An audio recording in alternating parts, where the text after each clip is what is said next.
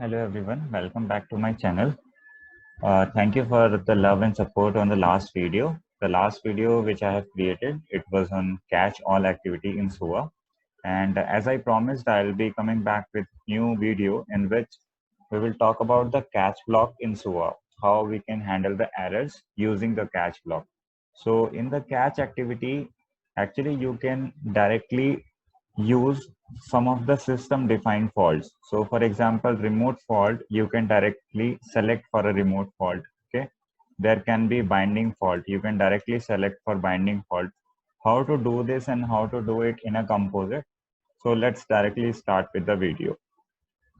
So as you remember in our last video, we used one of the composite, which is additional composite. What this composite was doing, it was just adding two numbers and it was giving the response.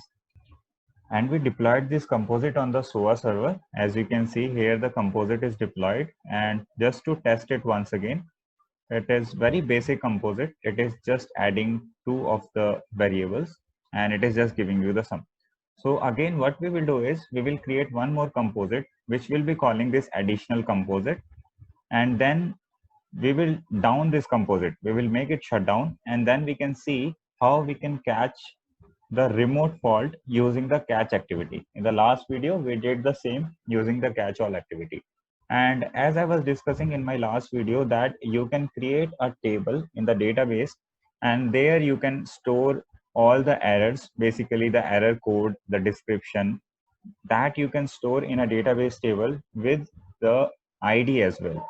Okay, so that the monitoring person who is going to monitor your composites, he or she will directly go to that database table and they can search based on the flow ID if there are any faults occurred for today or not.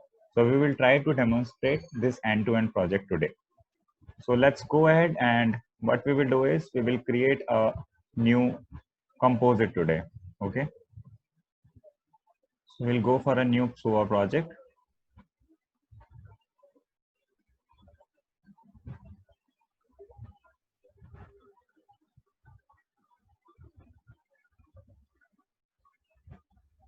We'll name it as call addition.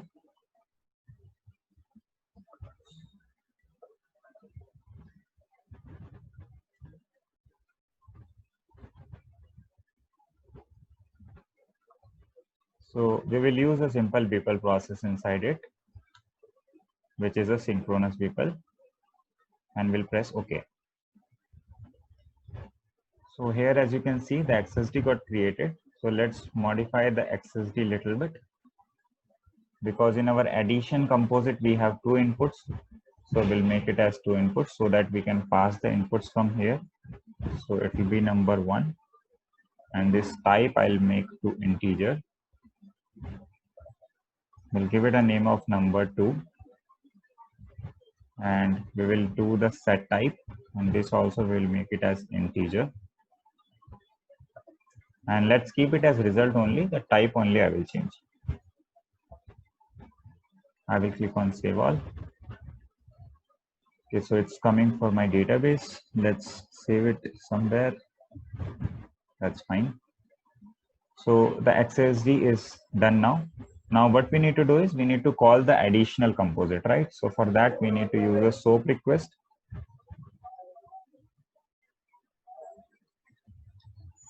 In the SOAP request, here we need to pass the WSDL. So as per my previous videos, now you know how to take the WSDLs. If you click here, this is the WSDL URL you got.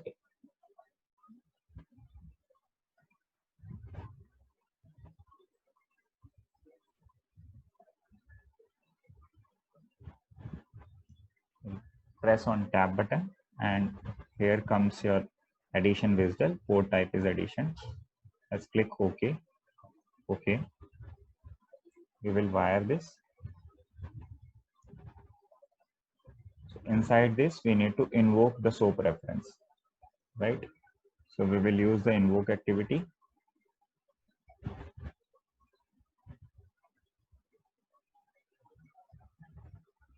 Let's call it as invoke addition. One input variable and one output variable. I have done the same things in my previous video as well. So I'm going little fast. We'll go for assign activity so that we can assign the input variables from this composite to our composite which we are calling. So this is just one-to-one mapping.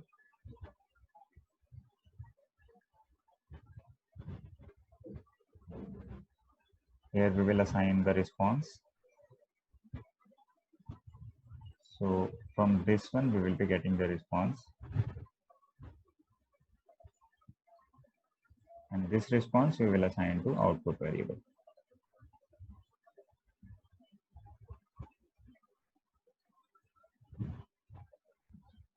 So just for a normal scenario, we are actually done.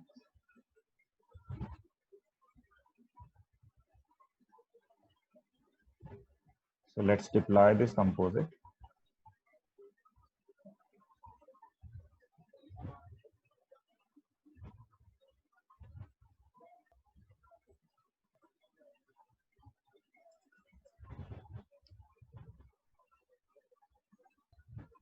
So as you can see here, the deployment is done. Let's go ahead and test the composite, which we just now developed.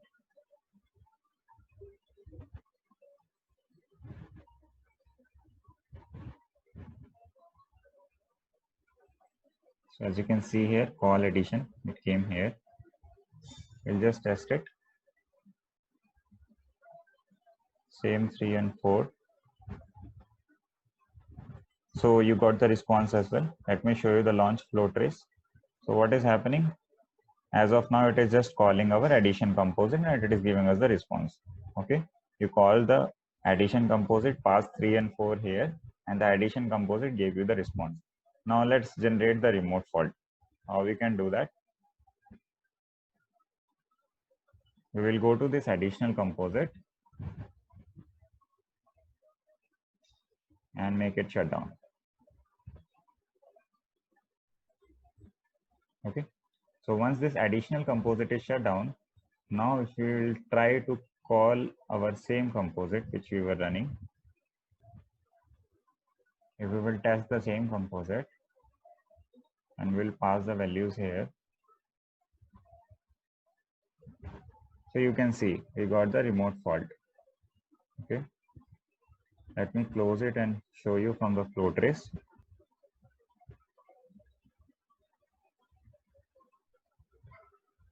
So let me show you the same issue from the flow instances. Okay. So here, as you can see, we have got the flow instance. If you will click on here, and if you will try to see, here you can see it's again the same remote fault, same summary, code and details we are getting. Now let's do one thing. We will try to handle this using the catch block today. So let me just copy this fault for you, the summary, code and details. We will copy this much. This is what we have got. So let's go ahead to the composite. Today we will use the catch block. So here if you can see, it is a catch.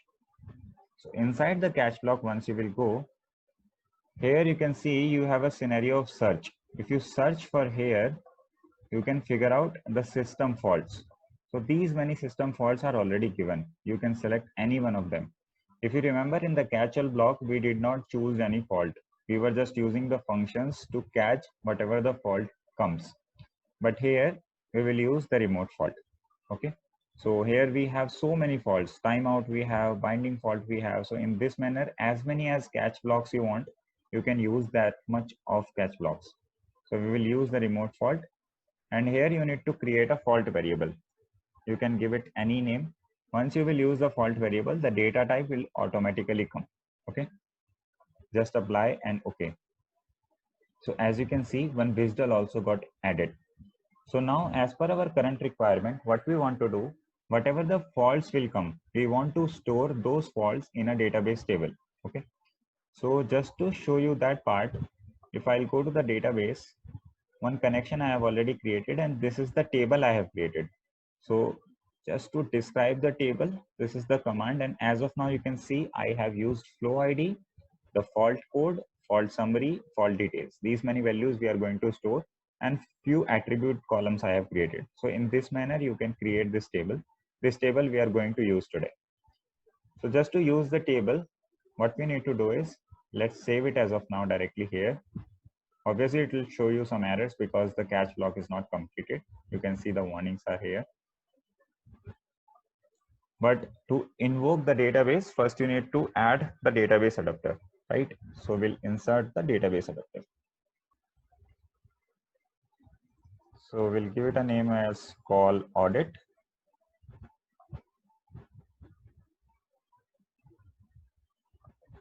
Just to test the connection. Yes, this is successful.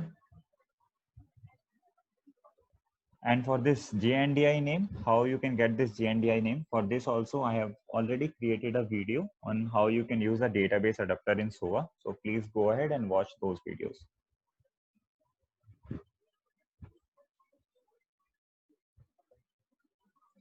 So what we are going to do is we are going to insert into that table. Just click on this import tables. So this is the table which we created. So this table we will use. Click on next. Let's use this flow ID as a primary key. Click on next. And that's it. So this part is done. Let's wire this as well. After the wiring, I'll just save it. And let's go ahead to the people once again. So now what we will do is, again, we need to invoke our database, right? So what we will do, now here we will use the invoke activity.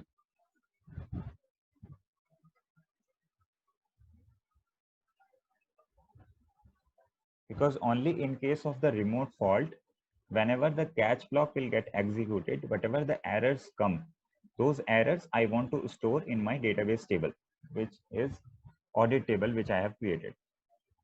So let's join this. I can give it a name as invoke call audit.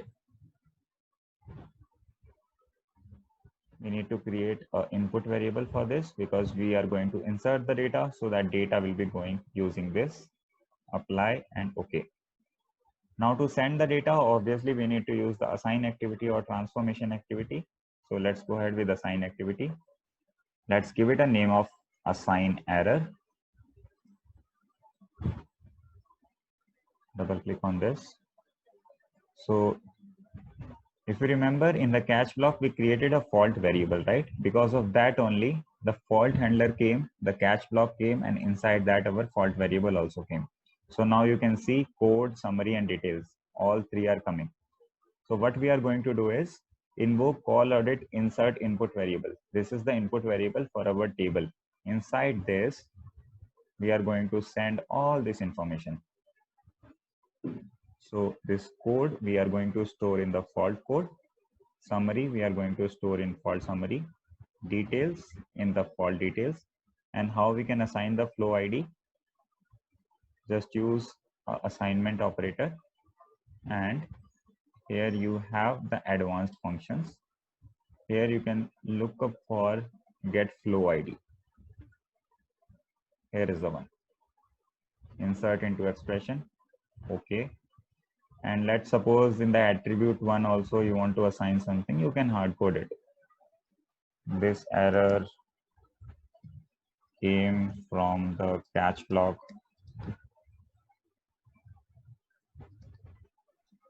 Okay. Press OK. Apply. And this. We are done. Okay. And by using this, whenever the error will occur, that error will get stored inside the database table. Okay. And just to complete this BPL is not yet completed because we have not used the reply activity. So let's use the reply activity.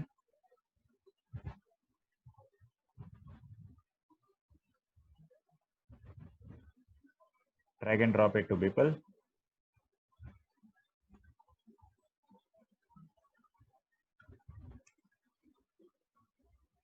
and we will use the same variable, the output variable of this tuple, apply and OK, but we will not assign any value to this.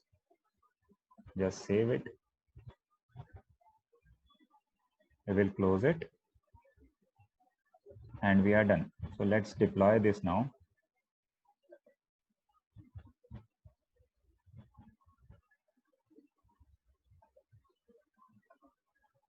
So as the deployment is finished, let's go ahead to our composite. Let me close this window first. So here is our composite, right? Let's go ahead and test it once again now. We will pass the same values, 3 and 4, test the web service. You can see it got successfully completed. No result because we did not assign anything while we were using the reply activity inside the catch block. And let's go to the launch flow trace. See, the error came, but because we handled it, invoke addition, the error came. Inside that, it went into the catch block. Into the catch block, we were using the invoke audit, and inside the invoke audit, everything will get stored. So let me show you. If you will go to this and if you will query our table,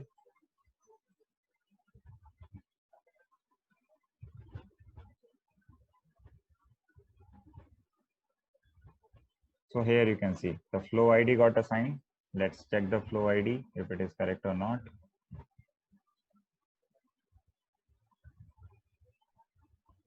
Go to this, flow instances, search. You can see over here 80006. This is same 80006. The fault code, if I'll copy this and compare, let me change it to XML. So you can see the fault code, same fault code, it is catch and it is coming into the fault code column. The fault summary, here is the complete fault summary, which is actually exactly same. This was the summary, right? Message router for default, it is over here. So is not able to process message because the composite state is set off, because we have forcefully shut down our composite, right? Going to the next value, the fault summary came. Coming to the fault details, the complete fault details came. And apart from that attribute one, this error came from the catch block. So by this, what will happen is, let's go ahead and run this composite once again after making the additional composite as on, because in that scenario, the error will not come, right?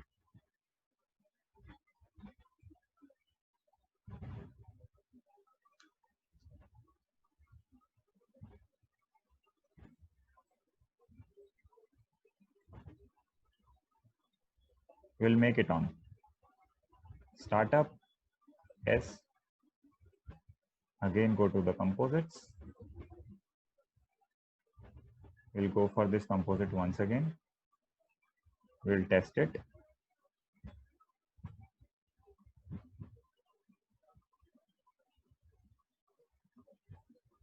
It got successfully completed and you got the response also. So now if you go to this table and if you will run it, basically still you will figure out a single row. Okay.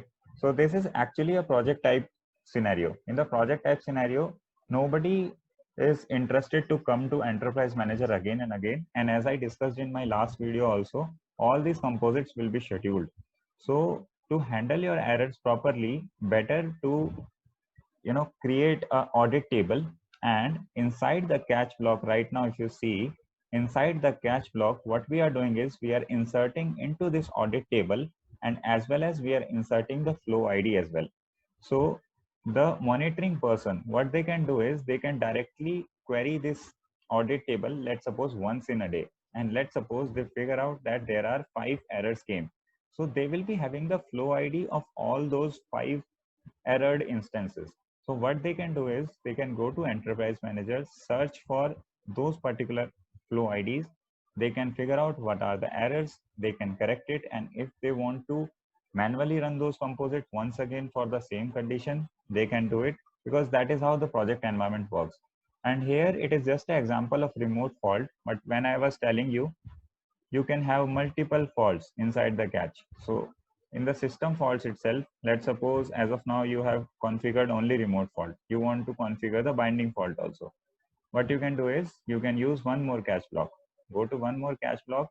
Inside this, search here, go ahead for the system faults, and let's suppose what you want to do is you want to use, let's suppose timeout, the timeout fault. Here you can create one more variable, okay, because this variable will be accessible inside this catch block.